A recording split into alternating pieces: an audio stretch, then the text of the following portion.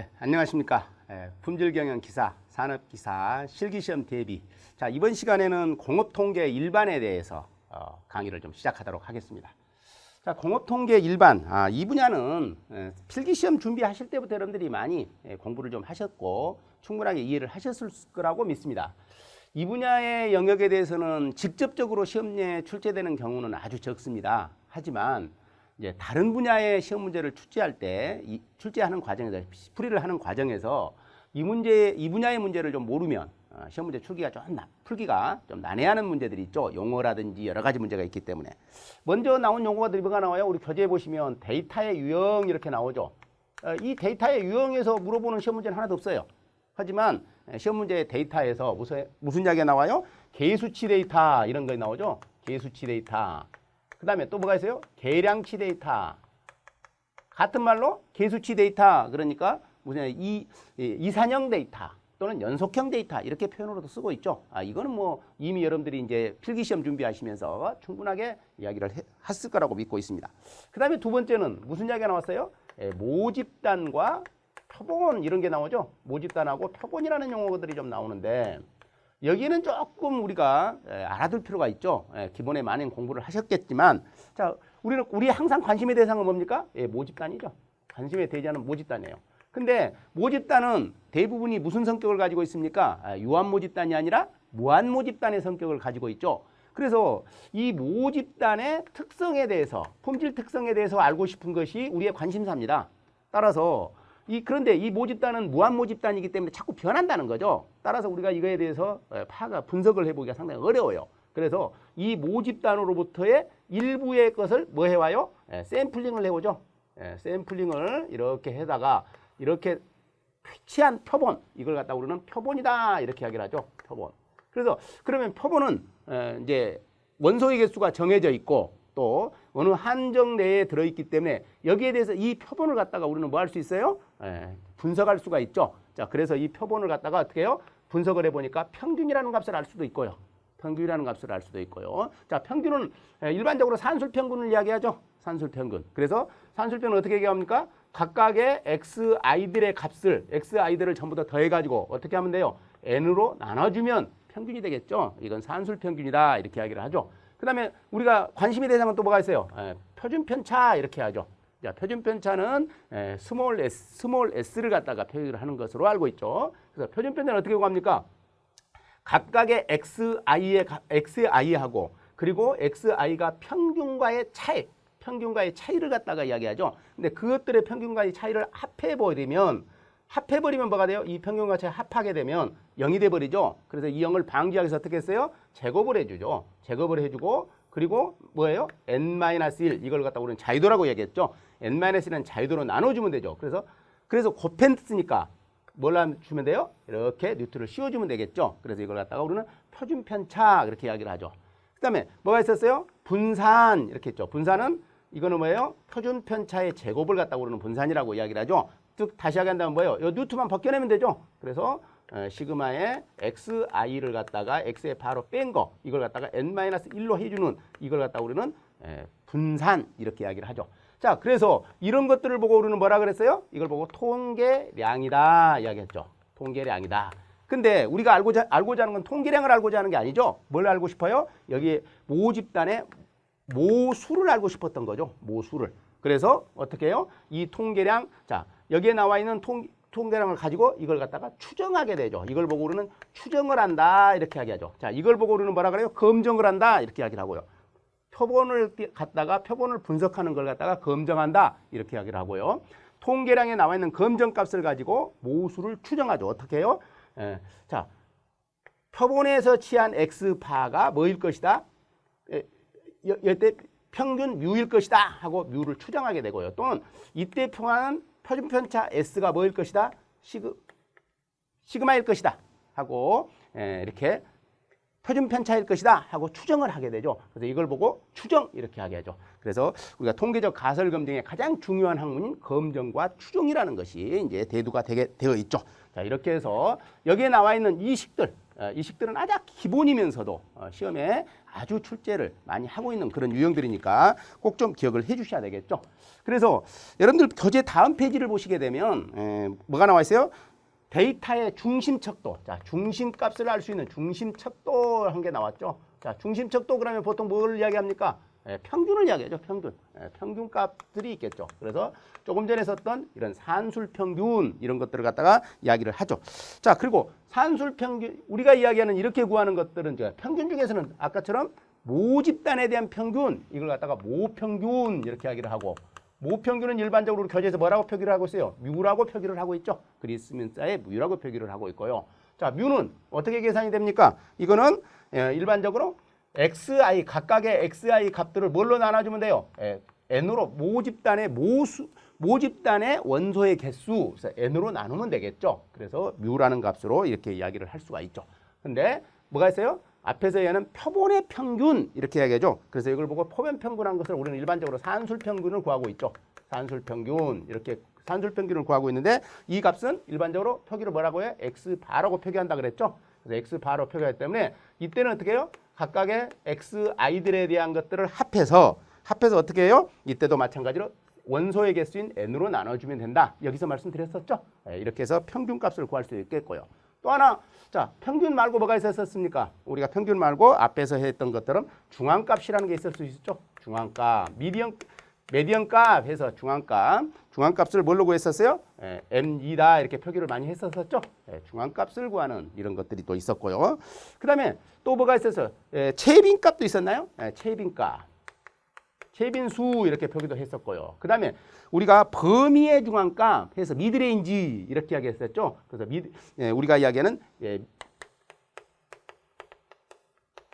그래서 m으로 표기를 하죠. 그래서 이것과 이것을 헷갈리는 경우가 있는데 이런 것들은 중심 척도를 표시하는 것이다 이렇게 이야기를 했고요.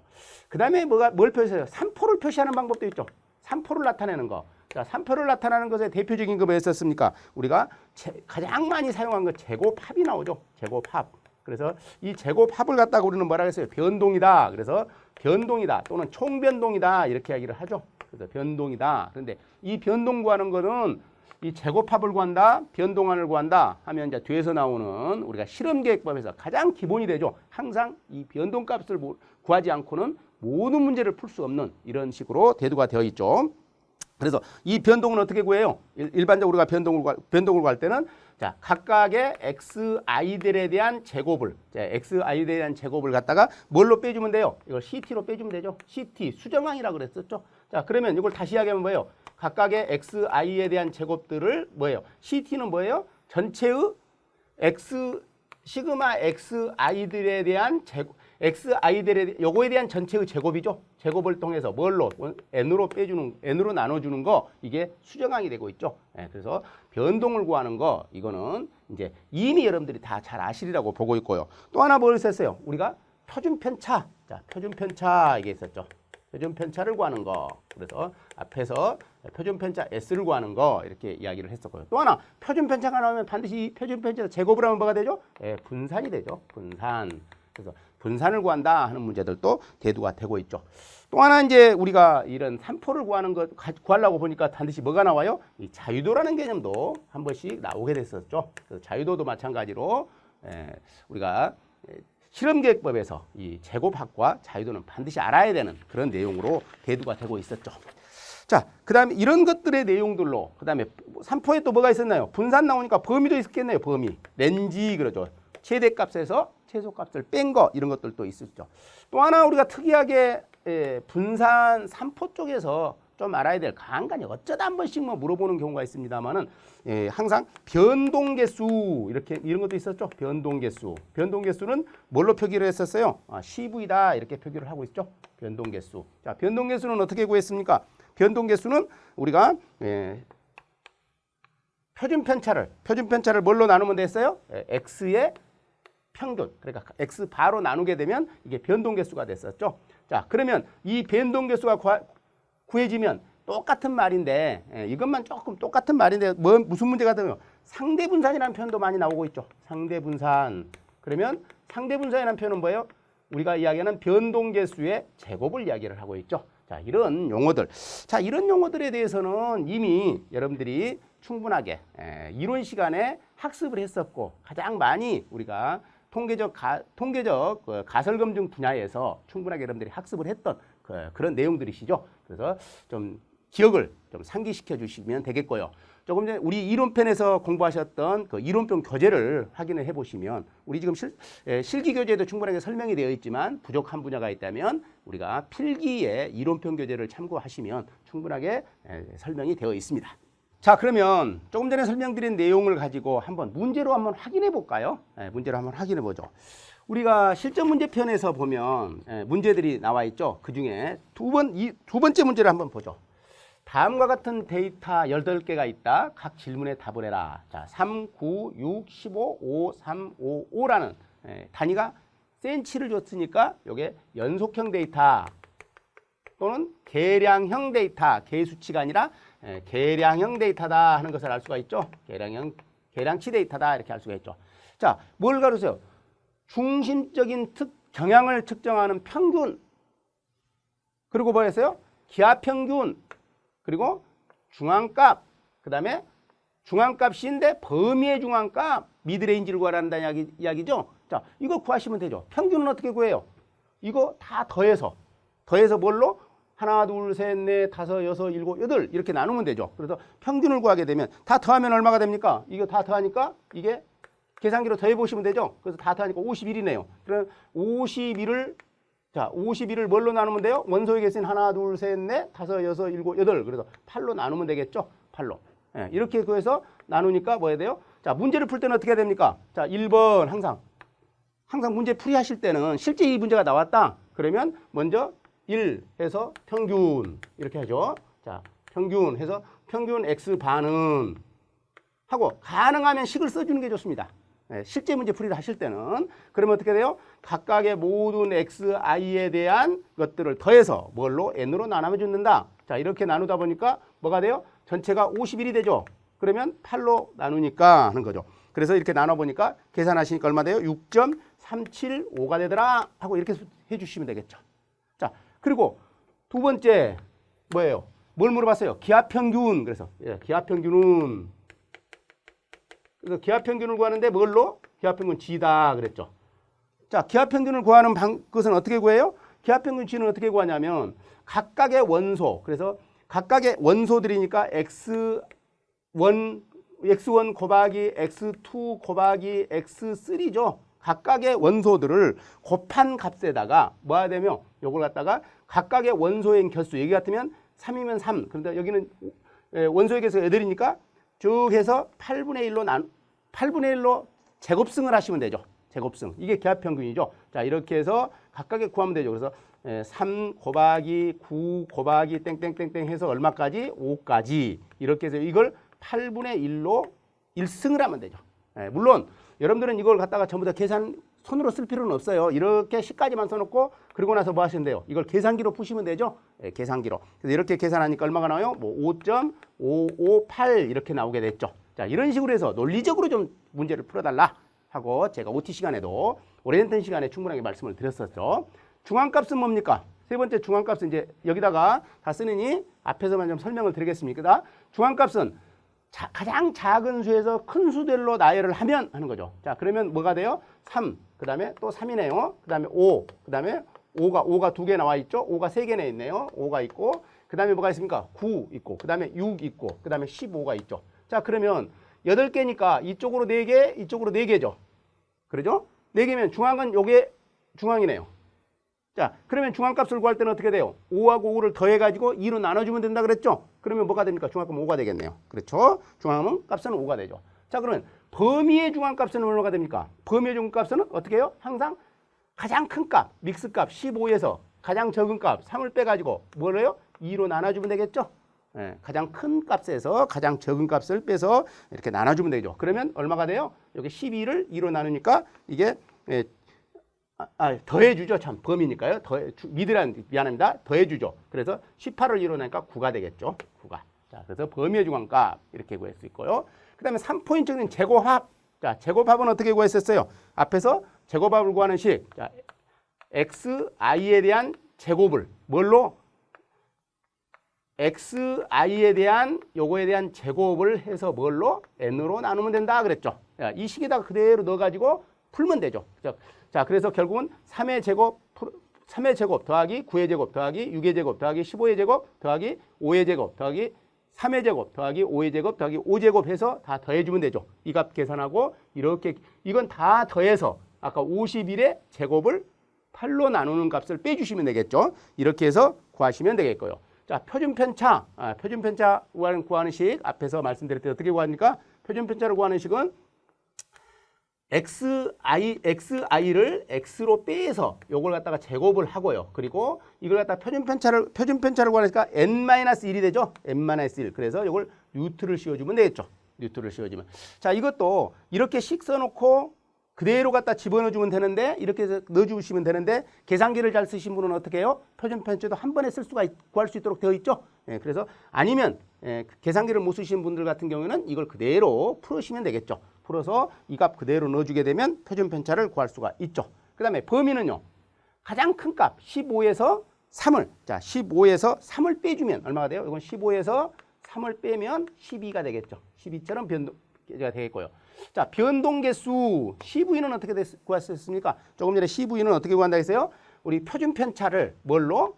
표준편차를 x의 바로 나는 평균으로 나누면 된다 그랬죠? 그러면 앞에서 표준편차를 구해주는 것 가지고 그 다음에 자, 평균도 구했었죠? 앞에서 평균 구한 걸 가지고 이렇게 계산하시면 되겠죠. 자, 그러면 이게 변동 개수가 되겠고요. 그 다음에 상대분사는요. 상대분사는 구했던 요 CV 변동 개수를 제곱해 줘 버리면 상대분산을 구할 수가 있습니다. 자, 이렇게 해서 상대분산을 구할 수가 있도록 되어 있죠. 자, 그래서 상대분산을 이렇게 구해서 이런 문제 앞에서 이야기하는 자주 출제되는 유형은 아닙니다. 하지만 간간히 이런 문제들이 출제되고 있어서 여러분들이 꼭 좀 확인을 해둘 필요가 있죠.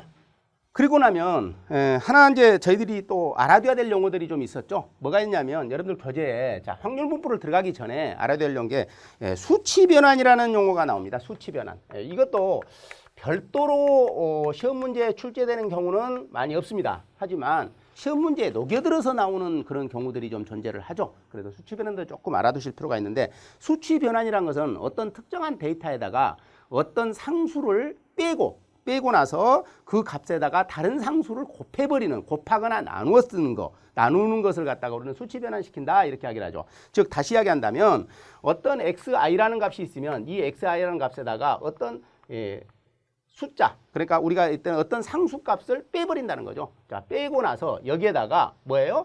하나의 개수, 그러니까 여기 개수 값을 곱하거나 나눠버리는 값. 이렇게 해서 나오는 요게 이렇게 해서 이렇게 해서 나오는 xi 이렇게 xi로 변환시켜 버린 거 이걸 갖다가 우리는 수치 변환이다 이렇게 이야기를 하고 있죠. 그러면 이렇게 해서 수치 변환됐을 때 그러면 우리가 이야기하는 x의 이제 우리가 구하고자 하는 것은 x의 평균이죠. 평균 값은 어떻게 구하느냐 하는 거죠. 평균 값은 어떻게 구하느냐? 자, 평균 값은 항상 우리가 빼준 값 x의 제로 값에서 뭐가 하면 돼요? 그리고 나서 우리가 구하고 여기 나와 있는 수치 변환된 xi 값을 뭘로 나눠주면 돼요? 우리가 개수 값으로 나눠주면 이 평균 값을 구할 수 있다. 자, 요 식은 우리가 이론 시간에 필기 시험을 준비하시면서 충분하게 수업을 하셨을 거라고 알고 있고요. 그러면 여기에다가 뭐예요? 제곱합이죠. x에 대한 제곱합.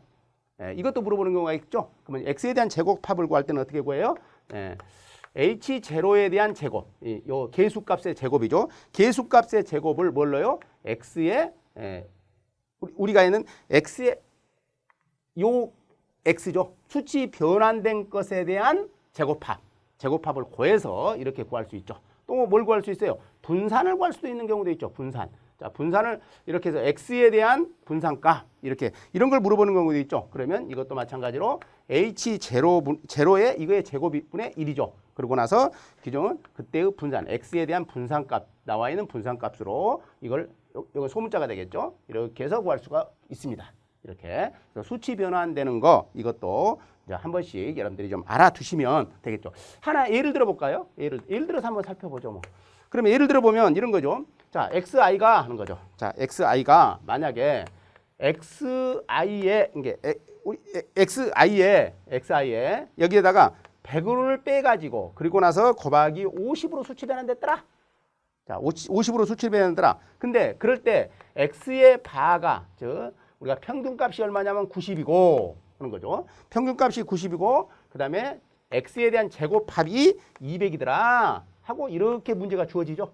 이렇게 일반적으로 문제 주을 때 이렇게 문제를 줍니다. 자, 문제를 주게 되면 이때 뭘 구하라? 이럴 때 구하고자 하는 거. 자, 그러면 x 바를 이게 여기 요거는 소문자 x가 아니죠. 대문자의 구한 요거에 대한 x가 되죠. 자, 그러면 실제 x 우리가 가지고 있는 실제 값의 x의 평균은 얼마니? 하고 이렇게 이런 거 물어보는 경우가 있죠. 자, 이걸 얼마니? 그러면 이식 그대로 갖다 쓰면 되죠. x0 플러스 h0분의 xi 이렇게 하면 되죠. 자, 이거 갖다 하면 x0는 얼마입니까? 100이죠. 그죠? 100에다가 플러스 얼마로 수치 개수가 얼마예요? 50이죠. 50분의 그러고 나서 xi 값이 얼마라 그랬어요? 90이라고 가르쳐 줬죠. 요게 x가 90이라고 가르쳐 줬죠. 그래서 90이다. 요게 xi라고 되게 됐네요. 자, 이렇게 해서 90이다 하면 이렇게 계산을 하면 얼마가 돼요? 이렇게 되면 101.8이다 하는 거죠. 그래서 실제적으로는 이 값을 하셨을 때 x 평균, 요 xi 값들에 대한 평균은 101.8이더라 하는 것을 구할 수가 있겠죠. 수치 변환된 경우에. 수치 변환이라는 건 왜 합니까? 계산을 편리하게 하기 위해서, 계산을 쉽게 하기 위해서 수치 변환을 보통 일반적으로 시키게 되죠. 자, 또 하나 이렇게 해서 구했을 때 뭐가 구할 수 있어요? 제곱합에 대한 x에 대한 제곱합, 요 x 값의 실제 값에 대한 변동값이 얼마나 되니 하는 것들을 구할 수도 있겠죠. 이거 그대로 갖다 쓰시면 되죠. 그래서 h0분의 제로의 제곱분에 뭐가 있었어요? h 제곱분의 x에 대한 변동값. 그러면 이거 봐요. 50의 제곱이죠. 그리고 이게 200이죠. 200. 이렇게 해서 구하게 되면 얼마입니까? 이렇게 구하니까 0.08이더라. 이렇게 구할 수가 있겠죠. 그래서 수치 변환되는 거. 이것도 실제 수치 변환되는 문제만 출제하는 경우는 간간히 있습니다만 이것만 별도로 출제하는 경우가 아니고 실험계획법 같은 경우에서 간간히 이렇게 데이터가 수치 변환되었다 하고 가정을 주고 문제를 내는 경우가 있으니까 여러분들도 한 번씩 이렇게 대비를 해주시면 좋을 것 같습니다. 자, 그러면 확률분포로 한번 이야기를 하죠. 자, 확률분포에서는 우리가 이야기하는 확률이다 하는 거죠. 확률이다. 그래서 우리 교재는 P라고 표기도 하기도 하고 뭐라고 표기를 하세요? PR이다 이렇게 표기를 하죠. 그래서 확률이다 이렇게 하죠. 확률은 어떻게 구해요?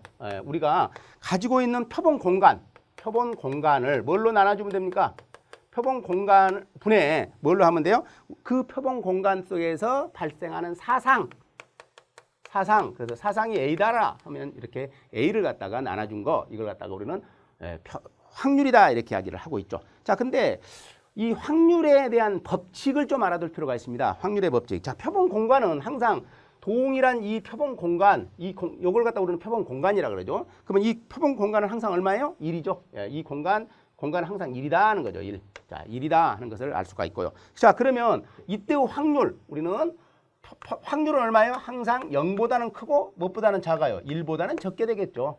확률이라는 것은 항상 0보다는 크고 1보다 작다 하는 거죠. 근데 만약의 경우에 이 확률에서 하는 거죠. 확률에서 서로가 자, 사상이 나타나는데 A라는 어떤 것이 사상이 하나 나타나게 되고요.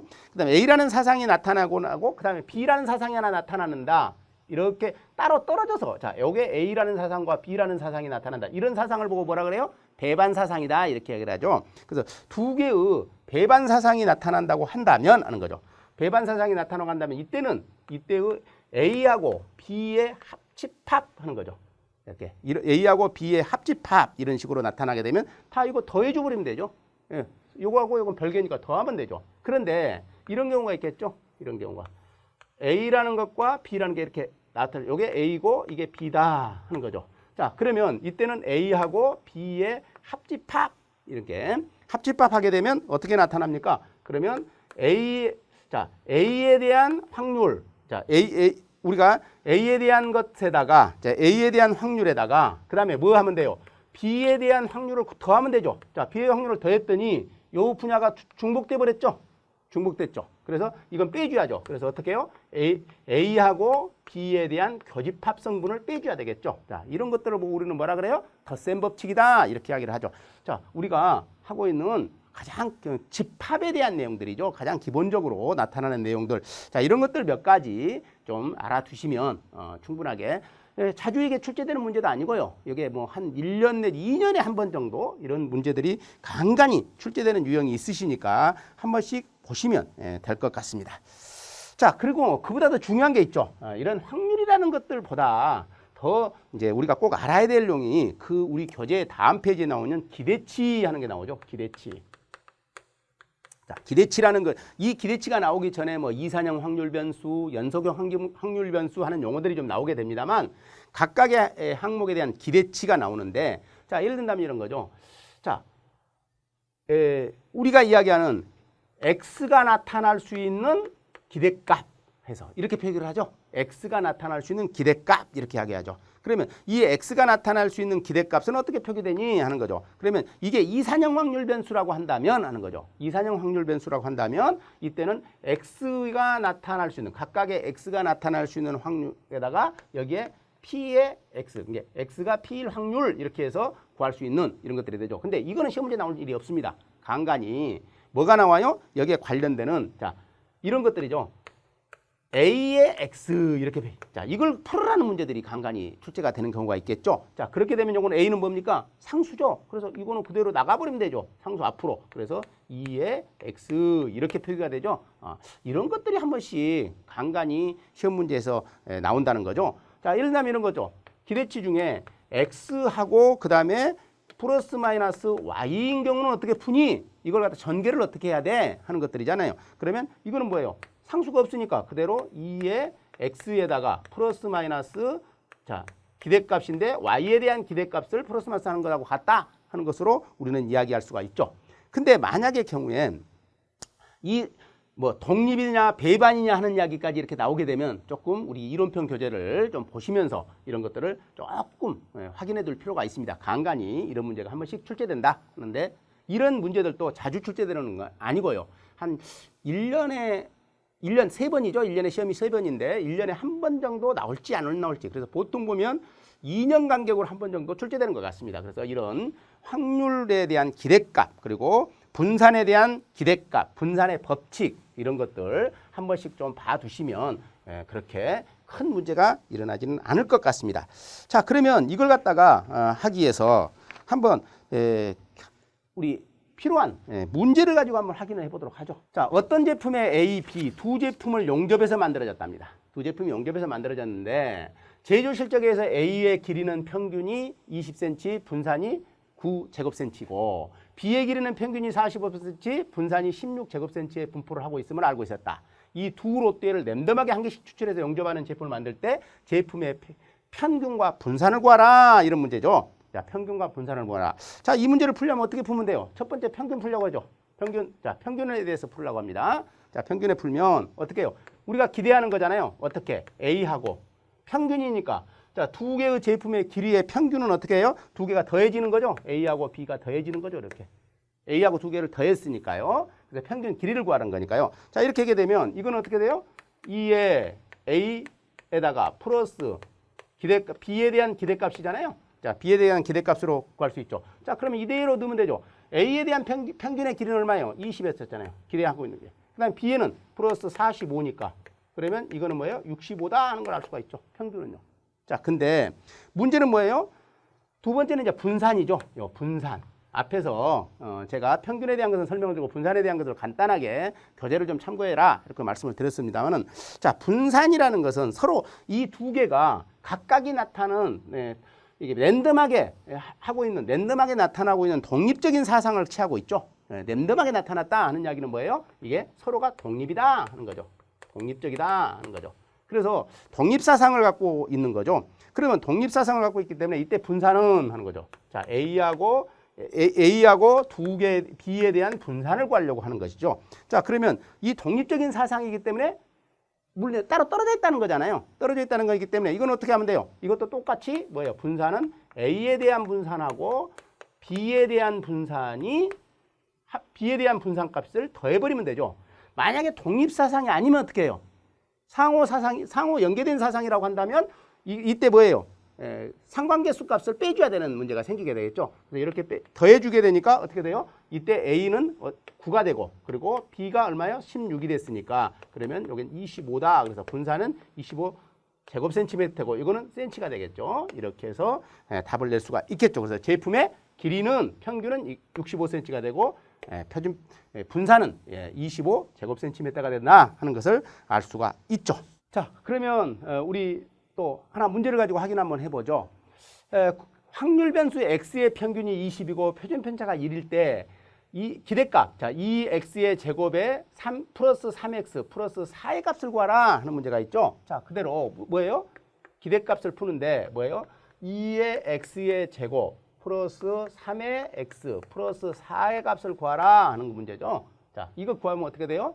그대로 이 값 전개하면 되잖아요. 근데 2가 기대값이 앞으로 들어오니까 2는 상수니까 앞으로 나간다 그랬죠. 그래서 이걸 어떻게 쓸 수 있어요? 2의 기대값의 x 제곱의 기대값 하는 것을 알 수가 있고요. 그 다음에 것은 어떻게 써요? 이걸 2하고 앞으로 나가면 3을 앞으로 빼고 그 다음에 2의 x의 기대값 하고 그 다음에 4는 상수니까 이가 기대값이 필요 없죠. 그대로 상수 그대로 나가면 되죠.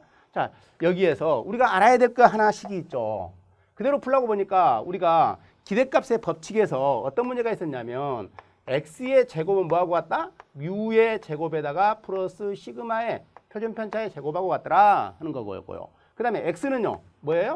뮤하고 같더라 하는 거 요게 하나 있었죠. 요거를 기억을 해느냐 하는 문제입니다. 자, 그러면 이걸 그대로 대입하면 어떻게 돼요? 자, 2의 x 대신에 이걸 대입하면 되죠. u의 제곱에 플러스 시그마의 제곱 플러스 3에다가 뭐예요? 2의 x니까 뮤가 되겠죠. 그래서 플러스 4가 되죠. 자, 그러면 이대로 하면 2에다가 곱하기 뭐예요? 뮤가 얼마니까 20이죠. 그래서 20의 제곱 플러스 표준편차 1이니까 1의 제곱이죠. 1의 제곱. 그 다음에 더하기 3에다가 곱하기 뮤가 얼마예요? 뮤가 20이죠. 그래서 20. 그 다음에 플러스 4가 되더라 하는 거죠. 자, 그래서 이렇게 푸니까 이게 답이 뭐나요? 866이다 하는 거죠. 자, 문제는 뭐예요?